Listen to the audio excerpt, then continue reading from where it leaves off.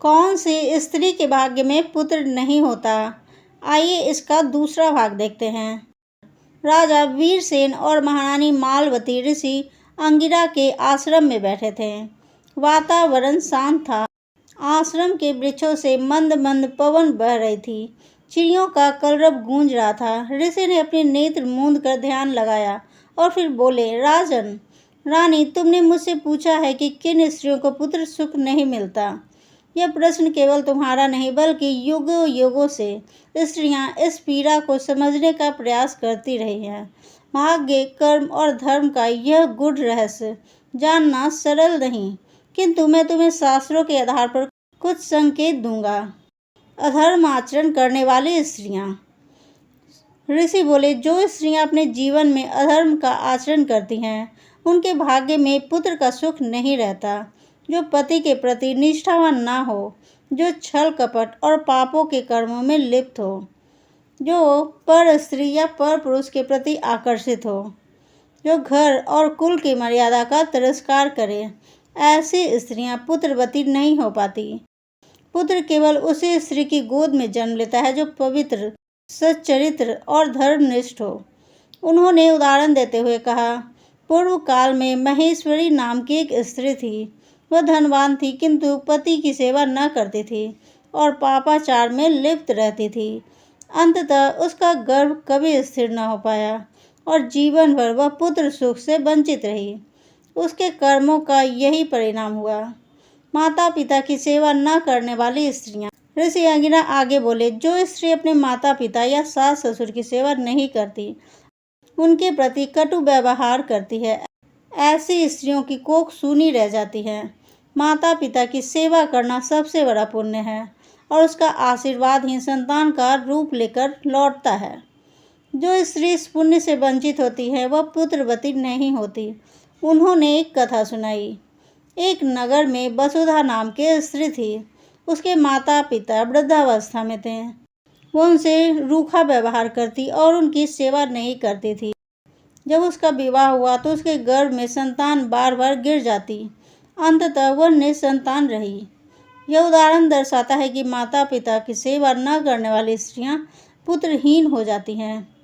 ऋषि बोले, गौ हत्या या जीव हत्या महान पाप है। यदि स्त्री इस पाप में भागीदार होती है तो उसका गर्भ बंद हो जाता है। शास्त्रों में कहा गया है कि गौ का वध करने वाला कुल 3 पीढ़ियों का पुत्र सुख से वंचित रहता है। ऋषि ने कहा, जो स्त्री दूसरों के बच्चों से घृणा करती है, उन्हें अपशब्द कहती है या उनकी उपेक्षा करती है, उसके गर्भ में संतान कभी नहीं रहता। ईश्वर मातृत्व का सुख उसी को देता है जिसके हृदय में सभी बालकों के लिए करुणा और स्नेह हो। पूर्व जन्म में महारानी, आपने भी एक दासी के पुत्र को अपमानित किया था। उसी कारण इस जन्म में तुम्हारे भाग्य में पुत्र सुख दूर हो गया। व्रत उपवास का अपमान करने वाली स्त्रियों को व्रत और उपवास का पालन धर्म सम्मत रूप से करना चाहिए।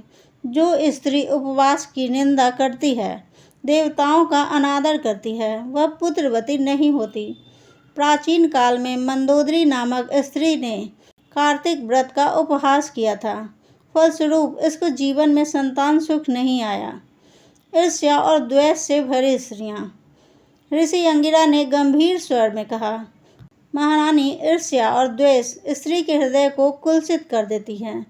जो स्त्री दूसरों के सुख को देखकर जलती है, दूसरों की संतान को देखकर दुखी होती है, उसके गर्भ में संतान का बीज नहीं ठहरता। ईश्वर वही हृदय चुनते हैं जो निर्मल हो, जिसमें करुणा और प्रेम भरा हो। पिछले जन्मों का शाप। ऋषि बोले, सबसे गहरा कारण है पूर्व जन्म का शाप। यदि किसी स्त्री ने पूर्व जन्म में संतानों का अनादर किया हो, किसी माँ को दुख दिया हो, गर्भपात कराया हो या किसी गर्भवती का अपमान किया हो, तो अगले जन्म में उसे पुत्र सुख नहीं मिलता। भाग्य देवी हर जीव के कर्मों का लेखा रखती है। जब तक पूर्व जन्म का ऋण शेष रहता है तब तक पुत्र की प्राप्ति नहीं होती। ऋषि ने अंत में कहा, पुत्र केवल संतान नहीं बल्कि ईश्वर का वरदान है। वह तभी प्राप्त होता है जब स्त्री का मन, शरीर और कर्म सब पवित्र हो। कुछ स्त्रियों को पुत्र न मिलने का कारण यह भी है कि उनके जीवन का उद्देश्य भिन्न होता है। कुछ स्त्रियां पुत्र के माध्यम से नहीं बल्कि अपने धर्म, दान और परोपकार से लोक कल्याण करती है। ऐसे समय में देवता स्वयं उनके भाग्य में पुत्र सुख नहीं लिखते। ऋषि के वचनों को सुनकर महारानी मालवती की आंखों से आंसू बहने लगे। उन्होंने कहा, गुरुदेव, आपके वचन मेरे हृदय को भेद गए।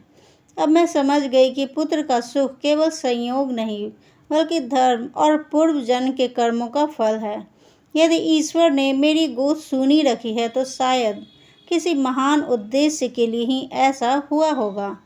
ऋषि ने आशीर्वाद देते हुए कहा, देवी, तुम सच्चरित्र हो, धर्मनिष्ठ हो।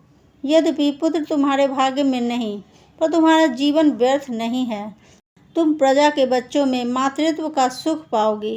तुम्हारे त्याग और सेवा का यश युगों तक गाया जाएगा। महारानी मालवती को कैसे तप और व्रतों द्वारा देवताओं को प्रसन्न करने का प्रयास किया, कैसे भाग्य देवी और कर्म देव ने उन्हें दर्शन देकर पुत्रहीनता का गूढ़ रहस्य बताया और किस प्रकार से उनका जीवन एक महान आदर्श बना। इसका तीसरा भाग अगले वीडियो में देखेंगे। दोस्तों, मेरी वीडियो पसंद आ रही है तो इसे लाइक करें, शेयर करें, सब्सक्राइब करें और इसका तीसरा पार्ट देखना ना भूलें। तब तक के लिए थैंक्स फॉर वॉचिंग।